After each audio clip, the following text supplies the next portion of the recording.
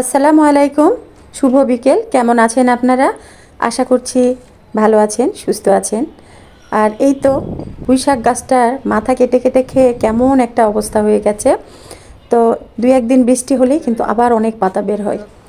আর আজকে আবহাওয়াটা, আজকে না গতকাল থেকে আবহাওয়াটা এমন যাচ্ছে, মনে হচ্ছে যে কোনো মুহূর্তেই বৃষ্টি আসবে, তাই না? প্রচণ্ড বাতাস। তো এই তো ছাদে চলে আসলাম বিকালে। এখন বিকেলবেলা আমাদের কাজ একটাই, একটু রেস্ট নিয়ে খাওয়া দাওয়ার পরে চলে আসা ছাদের উপরে। ওই যে কেন ছাদ বাগান আছে, কয়েকটা গাছ লাগিয়েছি, সেটার মায়া।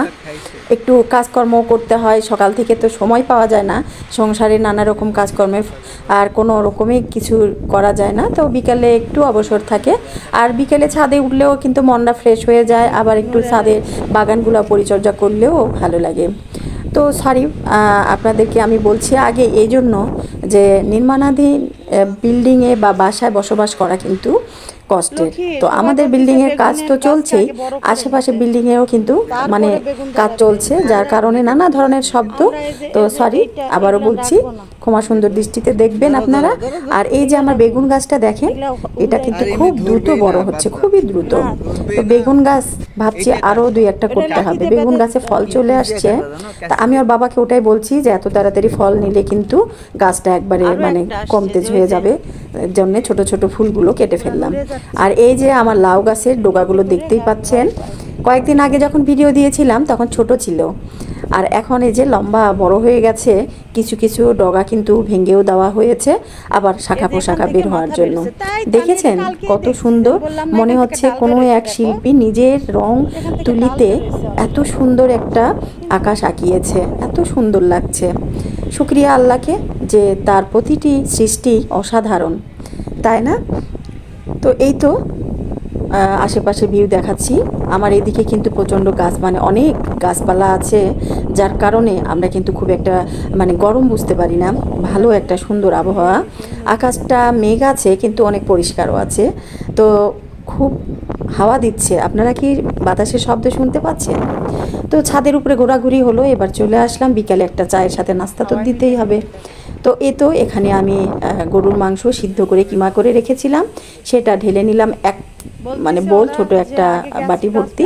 এর সাথে অ্যাড করে দিলাম এক বোল, যে বাটিতে আমি মাংস দিয়েছি ওই বাটিতে এক বাটি ময়দা, দুই তিনটা বড় পেঁয়াজ, কাঁচামরিচ কুচানো, আদা রসুন বাটা একটু, এক চামচ করে একটা ডিম দিয়ে দিলাম। কাঁচামরিচটা আপনারা যে যেমন খেতে চান ঝালটা সেরকম দিয়ে দিবেন। গোলমরিচের গুঁড়ো দিয়ে দিলাম 1 টেবিল চা চামচ, লবণ, হলুদ, মরিচ পরিমাণ মতো, আর এখানে দিয়ে দিচ্ছি এটা কর্নফ্লাওয়ার 2 চা চামচ, একটু কালো জিরা স্বাদ অনুযায়ী। এই তো সব একসাথে করে নিব। এখন সব ভালো করে মাখিয়ে নিব। চাট মশলা ঘরে থাকলে দিয়ে দিবেন 1 চা চামচ, না থাকলে প্রয়োজন নেই। আর চিলি ফ্লেক্সটাও তাই, যদি প্রয়োজন মানে থাকে তৈরি করা দিয়ে দিতে পারেন। তো আমার ঘরে চিলি ফ্লেক্সটা শেষ হয়ে গেছে, তাই আমি দিলাম না। অনেকগুলো কাঁচামরিচ দিয়েছি, আবার গুঁড়ো লাল মরিচও দিয়েছি। এই সব সহকারে একবার হাতে একটু পানি দিয়ে ভালো করে মেখে নেব। ভালো করে মাখিয়ে নিয়ে মানে যেভাবে আমরা পেঁয়াজও তৈরি করি ওইভাবে মেখে নিতে হবে। তো এখানে আজকে জাস্ট ডালের জায়গায় থাকছে আপনার মাংসর কিমা। এই মাখিয়ে নিলাম। তো এবার একটু ফ্রাই প্যানের তেল দিয়ে দিচ্ছি, হাতের সাহায্যে ছোট ছোট বড়ি করে ভেজে নেব। আর এই মানে মাংসের পাকোড়াটা খুব মুড়মুড়ে হয়, অনেক ক্রিস্পি, খেতেও ভালো লাগে। এটা তৈরি করে চায়ের সাথে বিকালে ভালো লাগবে। আবহাওয়াটাকে যে কত সুন্দর, এর সাথে যাবে ভালো, তাই না? তো এই তো আমার ছাদ বাগান দেখলেন, মোটামুটি ঘুরে ফিরে একটু তাড়াতাড়ি নেমে চলে আসলাম। এসে নামাজটা সেরে চলে আসছি রান্নাঘরে।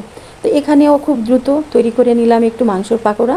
মাংসটা সিদ্ধ করে কিমা করে রেখে দিলে অনেক কাজে কিন্তু করা যায়, তাই না?